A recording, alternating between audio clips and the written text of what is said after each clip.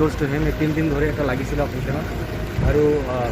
আজি খবৰ পাইছে কি মানুহটো তাত ঘূৰা-ঘূৰি কৰি আছে তেতিয়াই আমাৰ এন্টি নাৰ্কটিক স্কোৱাড যিটো বনাইছে তাত লিড কৰি আছে সেইটো লৈ গ'লে মানুহটো সামনে আহি ফট কৰি বন্ধ কৰি ওলালে সব দৌৰ মাৰিলে আৰু ধৰাৰ কাৰণে চিলালে না ধৰা তেতিয়া গুলি চলালে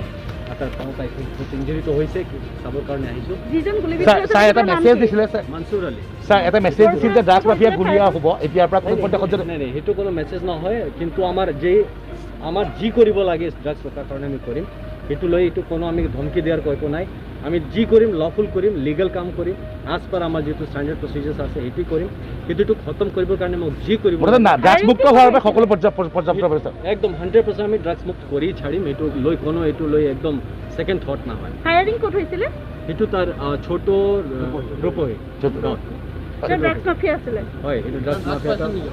কি পৰিস্থিতি ফায়াৰ কৰিবলগীয়া হ'ল পৰিস্থিতি কিউকি নিজে বন্দুক লগাই আমাক টিমৰ ওপৰত বন্দুক দেখাই পলোৱাৰ চেষ্টা কৰিছে স্যাৰ পিস্তল ৰিকভাৰ কৰিছে নাই নাই মই একটা পিস্তল 6টা লাইভ ৰাউন্ডস